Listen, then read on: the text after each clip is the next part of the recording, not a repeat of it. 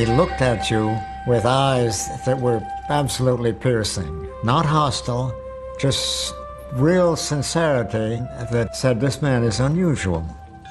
He was small, even by Vietnamese standards. Only 4 feet 11 inches tall and barely 100 pounds, he appeared frail. He tried to project this image of himself as a simple, modest, emaciated, kind of wandering scholar. In fact, he was a tough guy. Perhaps no leader in history has resisted the guns of the enemy as stubbornly or as long as this little man. He's a very shrewd politician and a very good actor.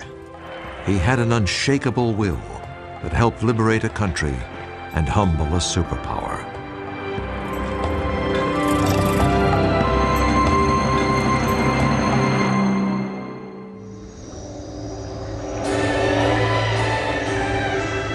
In the late 19th century, Indochina was France's most valuable colony. The French made huge amounts of money with rubber and rice exports, especially from the territory now known as Vietnam. Unfortunately, the native people received little or no benefit of this wealth. They had few rights within their own country and little hope for a better life. Life was only slightly better for the family of Ho Chi Minh. What we do know about his family generally is that they were upper class or gentry, as were all the communist revolutionaries. Ho Chi Minh's father, Huynh Sinh Soc, came from the village of Kim Lien in Nghệ An, a poor province in central Vietnam. On May 19, 1890, his wife gave birth to their third child and their second son. He was named Nguyen Sinh Kung, but would one day be known around the world as Ho Chi Minh. When Ho turned 11, tragedy struck the family. While his father was away, his mother died shortly after giving birth to a third son.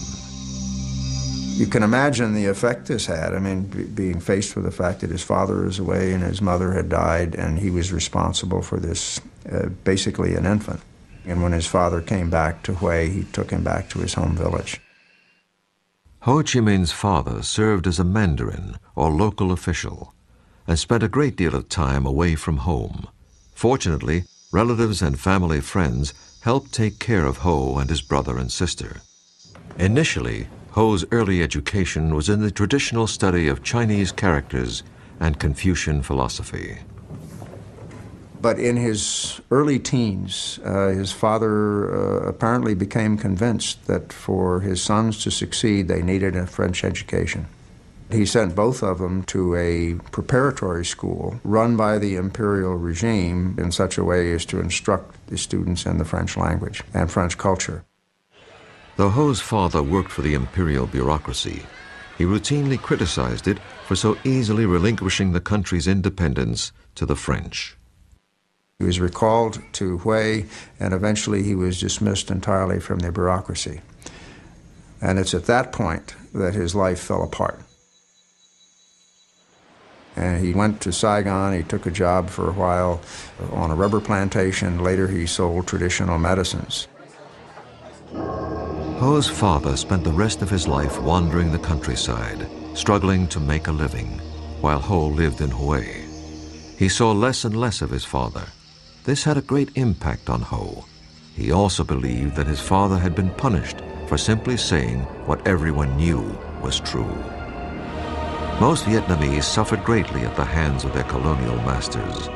Those who protested or even complained were often imprisoned, beaten, or even killed by the omnipotent French colonials. In 1908, at the age of 17, Ho was studying at the prestigious National Academy in Hue. One day, a group of farmers marched past the school, protesting the high level of Mandarin corruption and excessive taxation. Ho translated their demands into French so the local colonial officials could read them. It was his first revolutionary act, and he attracted the attention of the dreaded Sûreté, or French secret police. The next day, Ho was summarily expelled from the academy.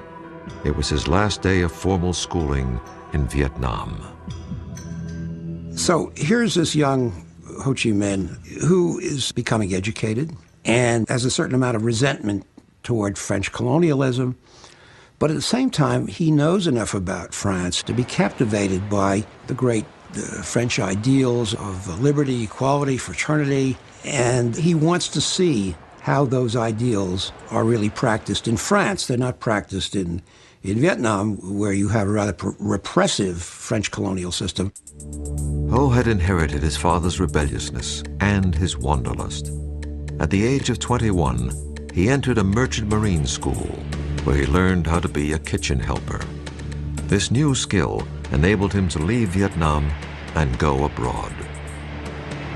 I think he left for two reasons. One is maybe quest for education, that he would be able to get better education in France, provided he could afford it. Second, he probably did not see much of an economic opportunity in Vietnam at that point of time. Ho was hired by the French passenger liner, the La Touche-Treville. And in 1911, began an odyssey that would take him to nearly every corner of the world.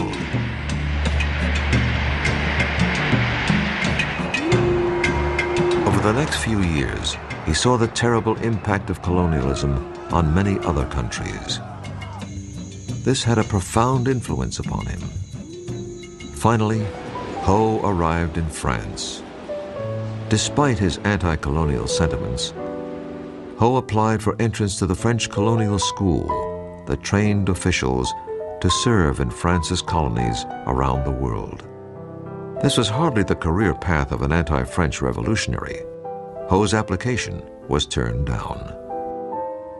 There's no indication as to how he reacted to the rejection, except that we may assume that it probably strengthened his assumption that he couldn't expect to work from within the system, that he was going to have to work outside the system. In other words, it could very well have been one of a whole series of steps that eventually led him into becoming a revolutionary.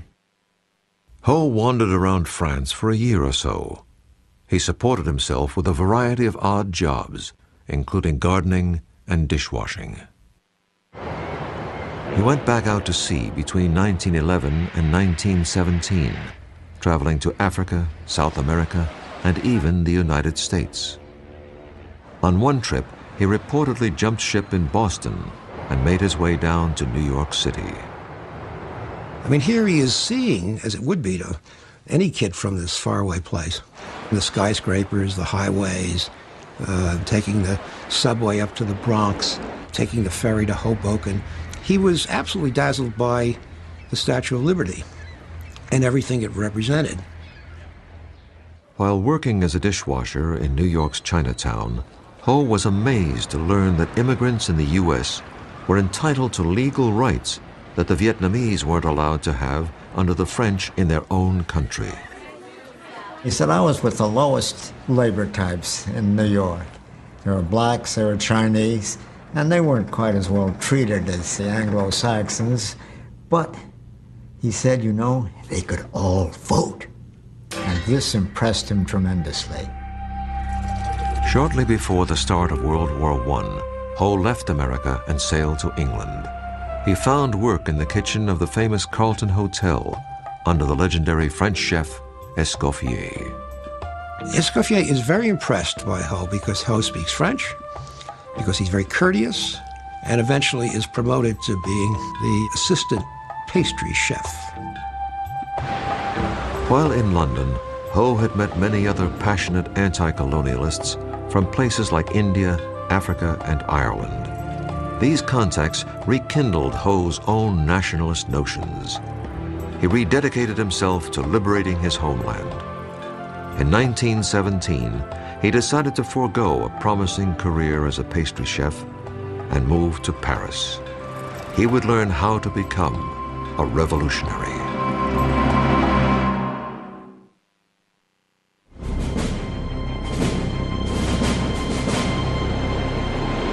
Ho Chi Minh arrived in Paris toward the end of World War I. There was a large Vietnamese community living there, but more important, This was where the decisions that affected colonial Vietnam were made. Ho was determined to help change French policy toward his country. But first, he wanted to experience Paris.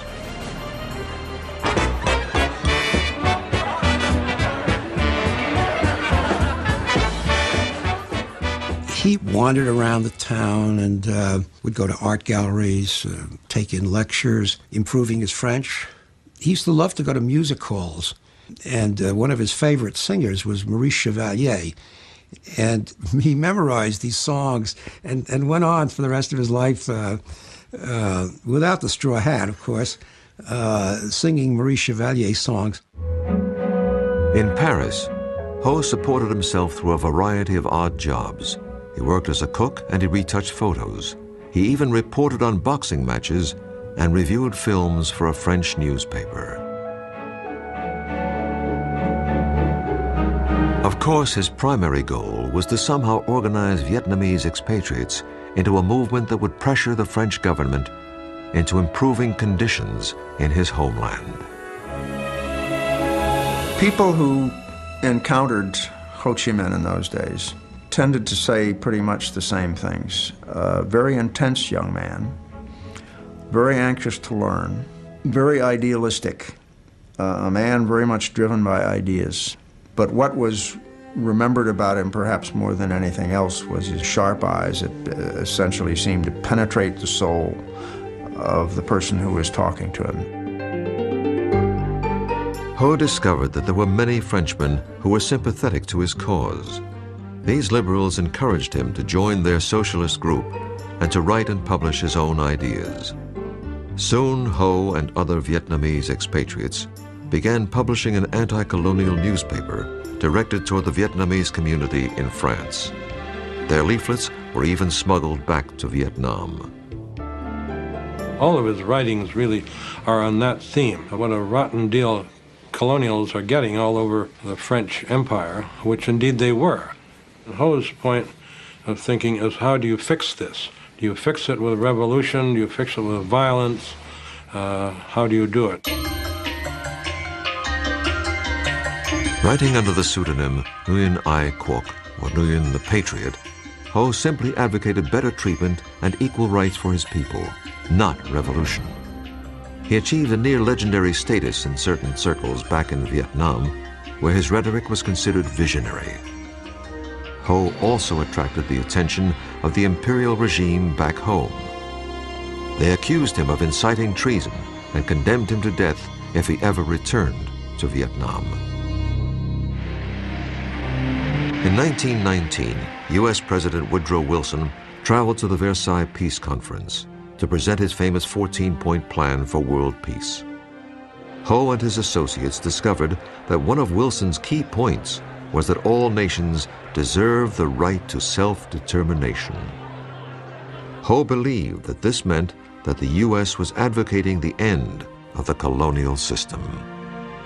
And Ho Chi Minh, thinking that this might apply to Vietnam, got himself all dressed up in a cutaway coat and striped pants and a top hat, and he went out to Versailles carrying with him a document that he had written, which was a kind of inventory of various cases of French repression in Vietnam.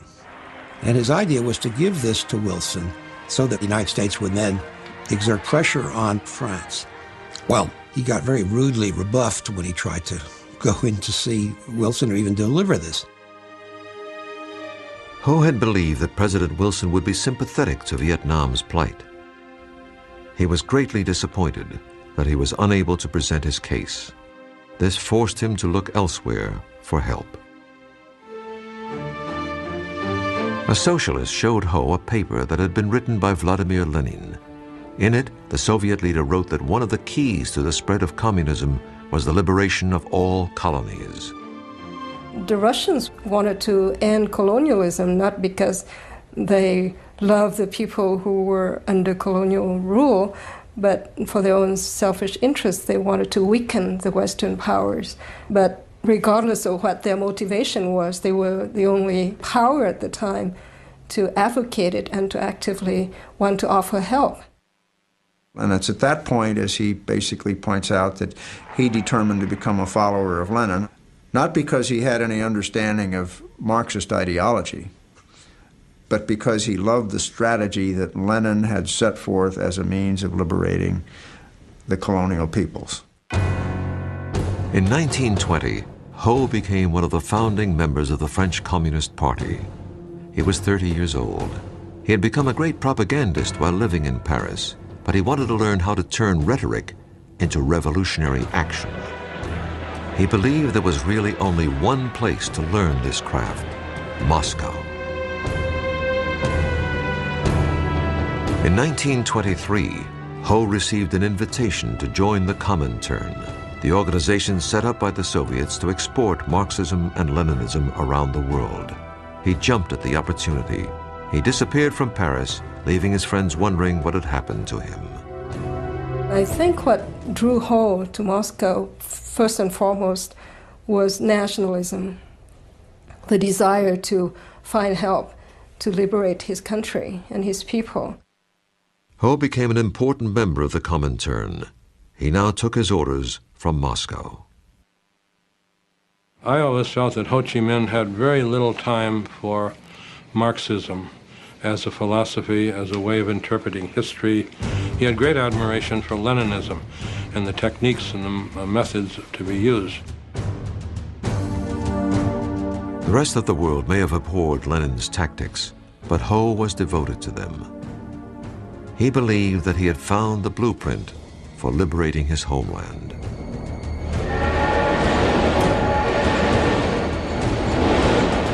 Ho received his first international assignment when he was sent to Canton in South China to help organize communist cadres. It was here that he also began a clandestine lifestyle that would last nearly 30 years. He went underground, so to speak.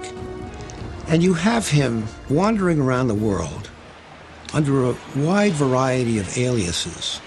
Some of them Vietnamese, some of them Chinese, depending on where he was and what purpose he needed. If, for example, he contributed to a French newspaper, he'd call himself Victor Le Bon. If he contributed to a Russian newspaper, he'd call himself Nafransky, and so forth. In 1927, Ho was nearly arrested when the Chinese nationalist leader Chiang Kai-shek turned against the communists. Ho narrowly escaped capture and a likely death sentence, and eventually made his way to Siam, or present-day Thailand.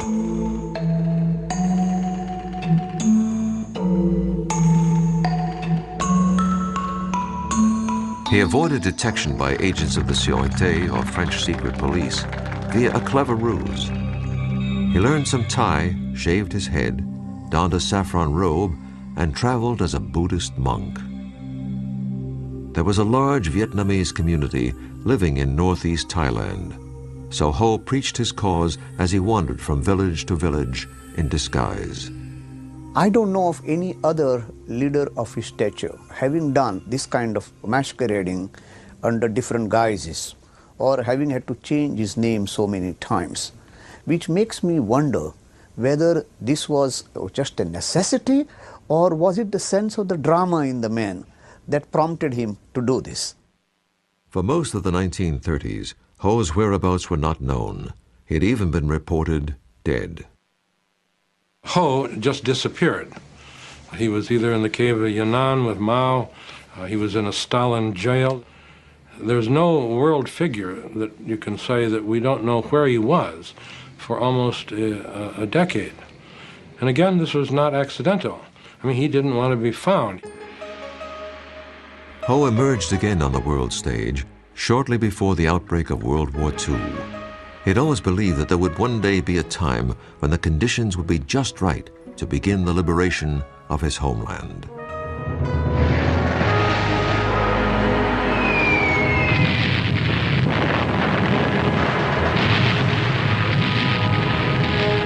When France fell to Germany in the early months of World War II, and the pro-German Vichy government took over the colonial rule of Vietnam, Ho believed that the moment had arrived. In early 1941, he slipped across the Chinese border and into the jungles of North Vietnam. Incredibly, this was the first time Ho had set foot in his homeland in over 30 years. He was armed only with his ideas, but he was determined to lead a revolution, to liberate his country, or to die trying.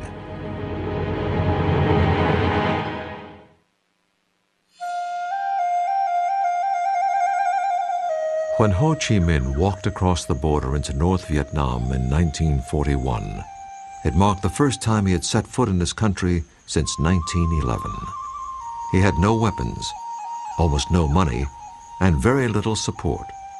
But he was determined to organize a guerrilla movement that would drive the foreigners from his country. He calls the movement the Viet Minh, which is an acronym for Independence League. And he takes for the first time this name Ho Chi Minh, which means roughly bringer of light. So Ho Chi Minh begins to exist under that name, the famous name, now 1941. Well, there seems to be something of a myth that Ho Chi Minh, when he came back to Vietnam after 30 years of absence, was looked upon by, quote, everybody as the leader of Vietnam. I doubt that that's the case, because there was not the kind of media ability to influence the thought of people in the countryside. At that time, 90, maybe 95% of the people in Vietnam lived in small villages and cultivated rice. There were educated Vietnamese in big cities like Hanoi and Saigon who greatly admired Ho's writings under his pen name Nguyen the Patriot. But they were in the minority. The vast majority of the people in the country were not familiar with Ho or his work.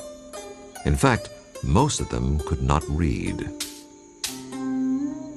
So his main aim was how to communicate and become close to the peasants. So he managed to adopt this very popular style, talking very simply to the peasants and being like an uncle, you know, a member of the family. Ho brought the role that his father had played as the avuncular village mandarin or local public official to a national level. Though some critics believe that this persona was nothing short of a calculated act, it was effective and the movement gained momentum. I think Ho Chi Minh's goal determined his behavior. In order to reach the masses, he had to be looking and acting and living like a peasant, to be in communion with the needs of the peasants. Ho and his followers also promoted the notion that he was a lifelong celibate who didn't have time for romance or a family because he was so devoted to his cause. This was a myth. It's fairly clear now that he had several relationships. Whether they were formal marriages or not is difficult to substantiate because there are no certificates that we can point to. It's quite well established that he had either a Chinese wife or a Chinese concubine when he was in Hong Kong. No one knows at this point what happened to that woman. If Ho was married when he returned to Vietnam, it was to his cause. He was much more interested in finding the right people to form the nucleus of his movement. One of Ho's best decisions was to enlist the help of a talented young man named Vo Nguyen Giap. Giap had a brilliant military mind and was a born leader. But when Giap and his men first encountered Ho, they didn't know who he was or why they should follow him. Ho told them that he had been trained in Moscow and that he was going to liberate the country by using the proven methods of his hero, Lenin. Giap and his men, and hundreds of others, soon joined Ho. I never thought of him as a revolutionary as much as an organization man. What he was a genius at was his ability to organize movements, the front organization particularly. A popular front is simply a group of groups united in a single purpose. Ho brought many of the other Vietnamese nationalist organizations together under his banner. But in order to do this, he had to focus on the issues that would appeal to the broadest possible group. One was the issue of national independence, and the other was what might loosely be called social justice, which would mean land reform, better working conditions, democratic rights, and things of that type. You note here not a single word about communism, about collectives, about nationalization of industry, but very simple humanistic ideas that the vast majority of the Vietnamese people could accept.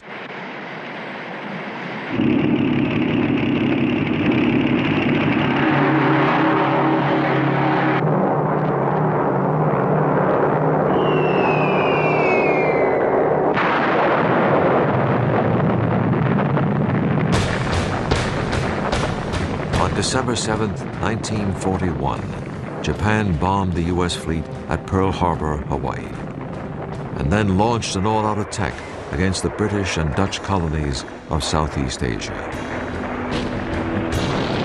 Within weeks, Hong Kong, Malaya, Singapore, and Indonesia had all fallen to the Japanese Empire. The Japanese called off their attack on French Indochina when the local pro-Nazi Vichy colonial administration agreed to collaborate with Japan, Germany's Axis partner. Ho could very well have said, okay, I will side with the Japanese because they're like Asians.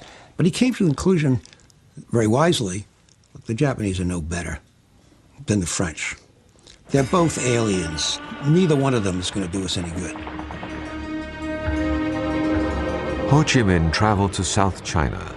Since the Chinese were also fighting Japan, he believed that he could get some military aid from the nationalist Chinese.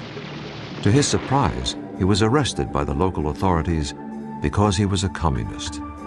Ho was thrown into prison. He kept a journal, writing mostly in the Chinese of his youth, in hopes of converting his captors to his point of view. In one poem he wrote, "My heart travels 1,000 miles toward my native land.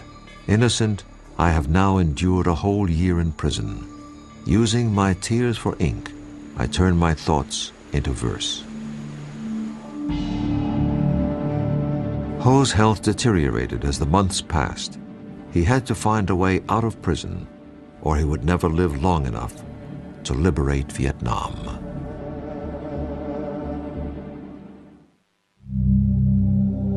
Ho Chi Minh spent 14 months enduring the worst imaginable treatment in prison.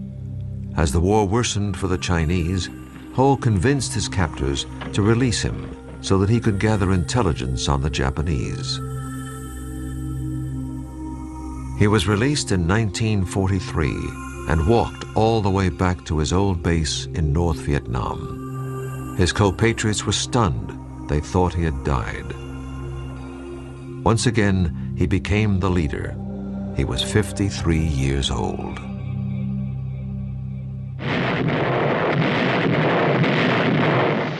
After the U.S. entered the war against Japan, Ho believed that getting American help was essential to Vietnam's future independence. When an American pilot was shot down in North Vietnam, he was brought all the way back to his base in China by Ho. And you got to try to imagine this guy. He's wearing sandals and shorts. He's got this wispy beard, and he looks like, you know, he weighs about 85 pounds, and he looks like he'd be blown over with a feather. Ho offered his services to the commanding officer, General Claire Chennault of the legendary Flying Tigers. Chennault declined the offer, but the Office of Strategic Service, or OSS, America's wartime intelligence service, was interested. They believed that Ho could help them rescue downed pilots, and more important, furnish intelligence information on the Japanese. Ho was accompanied back to his base by an OSS officer, giving credence to his claim that the U.S. was his ally. When the OSS began supplying radios, weapons, and training, it helped establish Ho's Viet Minh as the preeminent Vietnamese nationalist organization. But once again, Ho's life was in jeopardy. Ho took to his bed and really seemed very sick, so we sent in a paramedic. And indeed, His report, as best I can remember, was saying this cadaver is old bag of bones. Why he's living, I don't know, but he opened his kit and fed him every antibiotic he had, and Ho recovered.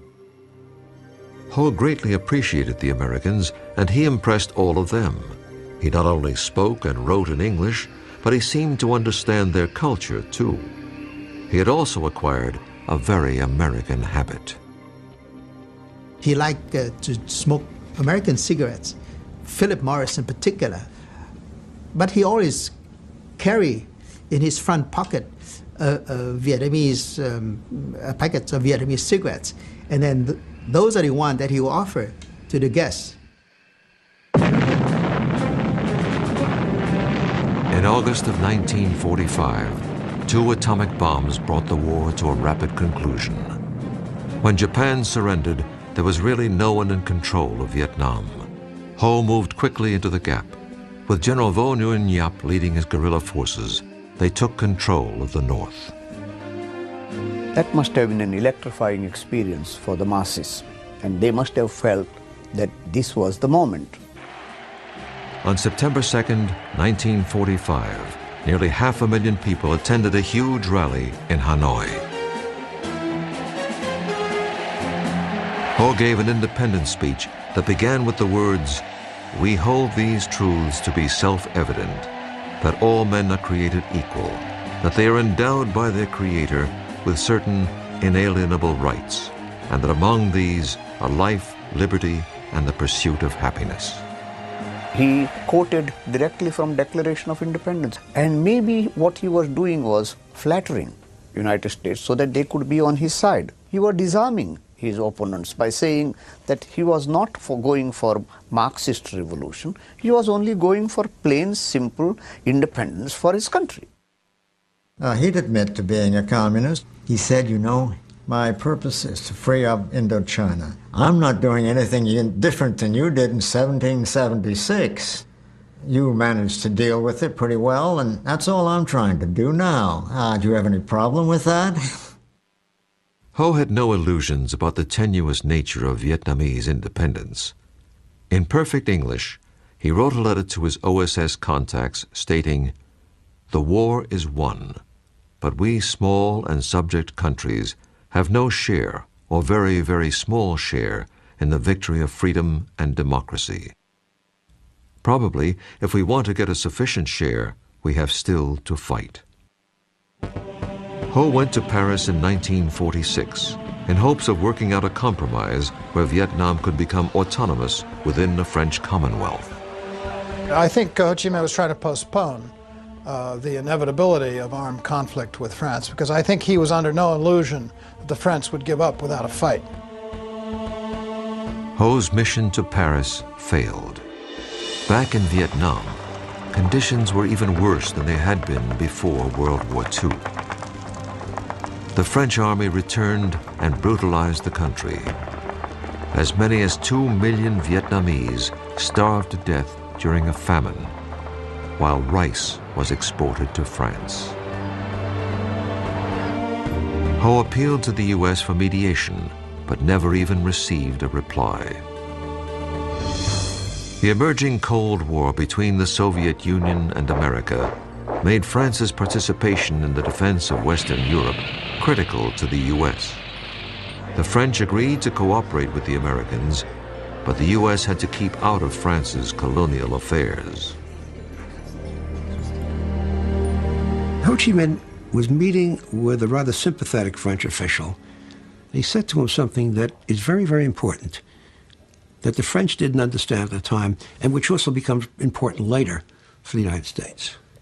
He says, if we go to war, we're going to lose 10 men for every one that you lose.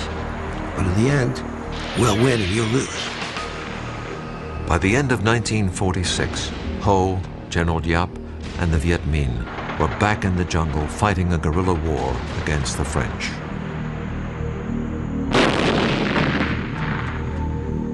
Initially, it seemed unlikely that the Viet Minh would have any hope in defeating the French. But by 1954, the French were desperate to end the bloody guerrilla war, that seemed to have no end in sight. The French decided to spring a trap for the Viet Minh at a place called Dien Bien Phu. They believed that the ensuing battle would end the Indochina War. It did end the war, but in a way they could never have imagined.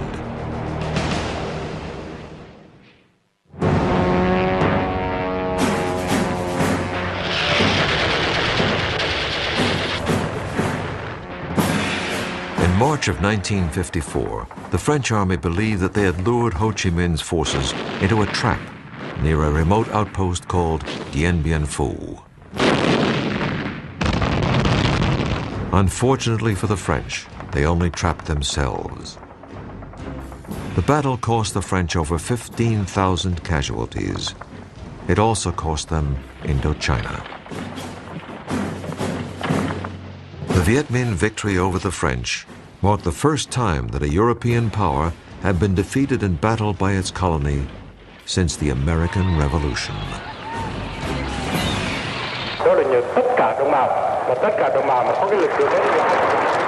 Ho's leadership and tenacity contributed greatly to the victory, as did the aid of a powerful new ally, the Red Chinese. Ho tried to play down the Chinese Communist support. He feared that this alliance would drag Vietnam into the Cold War. And this would mean, therefore, that Vietnamese independence would not be a local question between Viet Minh and the French, but would be now an international question between the two superpowers.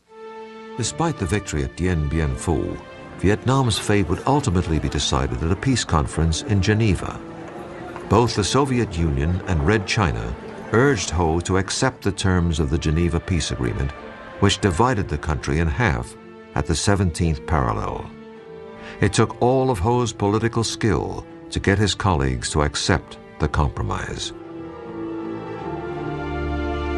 After 1954, Ho and the Communists concentrated on building a socialist state in the North. They implemented a land reform program modeled after the one created by Mao in China. And it was a very brutal program. Lots of landowners were executed. It was very corrupt in many cases. The story is that Ho Chi Minh actually realized this thing had gotten out of hand and apologized for it, but of course it was too late. These people had been killed. The North did not have the only repressive government in Indochina. The U.S. helped install an anti-communist dictator in the South named Ngo Dinh Diem. Diem was not popular with his countrymen.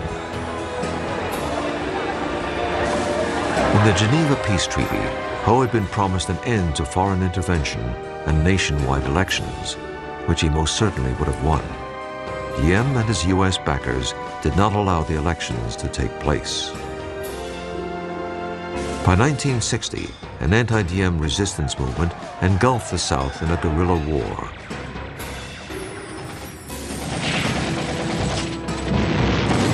The more the North supported the guerrillas, or Viet Cong, the more the U.S. intervened to counter the spread of communism.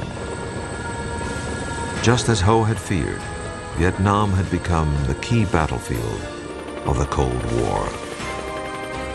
We had this idiotic idea that communism was a monolith, that all communists were the same, and Ho was part of that monolith. But there's a lot of evidence that he wasn't. If only we had come to the point where we'd say, okay, he's a communist, but he's our communist, you know? By 1966, the Vietnam War was in full swing. By now, Ho was 76 years old and probably not involved in the day-to-day conduct of the war. But he was still the prime source of inspiration to the Vietnamese people to fight on, no matter the cost. Ho Chi Minh died on September 2nd, 1969, at the age of 79. Though it would be almost 6 more years before the final Vietnamese victory, most of Ho's countrymen believed that he was the one most responsible for the liberation and unification of Vietnam. Today, Ho Chi Minh's legacy is as controversial and complex as the man himself. There's On the one hand, the image of Ho Chi Minh as the patriot, the leader of his country's struggle for national liberation, the man of simple tastes, a man who is almost more a Confucian than he is a Marxist or a Leninist. The other image of Ho Chi Minh is as an international communist agent, the head of a repressive regime which carried out policies deeply repugnant to many Vietnamese. I think you got to deal with the dual character of this man. At the same time that you have this image of the kindly, wispy, emaciated, frail Ho Chi Minh, you got to remember underneath that is a really tough figure, absolutely dedicated, absolutely relentless. The ends were always more important than the means to Ho Chi Minh. But some critics believe that the communist economic and political system that he left behind was too high a price for independence and unification. Ho Chi Minh said in 1945, they would like to have Vietnam independence, freedom, and happiness. And from the three slogans, what is left right now? Independence, yes, but what does it mean without having freedom and happiness? There's no doubt that the communists under Ho often brutally eliminated their political opponents. But Ho's role in this is not clear. Ho was the leader at the time, and errors did take place, so he should take some of the blame. I think he was a very driven man, a man driven by the cause that he believed in. As a young man, Ho dreamed of changing the lives of the Vietnamese people, but he probably never dreamed how much he would also change the United States. Ho Chi Minh hands the United States the first defeat in its history, in the longest war of its history. And in that respect, he should teach us a lesson, which is you don't get involved in wars in these places when you're up against enemies that are intensely, passionately nationalistic and are prepared to make these limitless sacrifices to win. Recent estimates of Vietnamese casualties since 1946 are placed at over 3,500,000 dead. This staggering number is a reflection of the steely determination of Ho Chi Minh and the Vietnamese people. Ho Chi Minh's enduring legacy in terms of his image and the way he is seen around the world, I think probably he's remembered perhaps more than anything else as the leader of probably the most successful movement for national liberation that we've seen in our century. Ho Chi Minh accomplished an incredible feat in helping to free his country and unite it despite the opposition of France and the United States.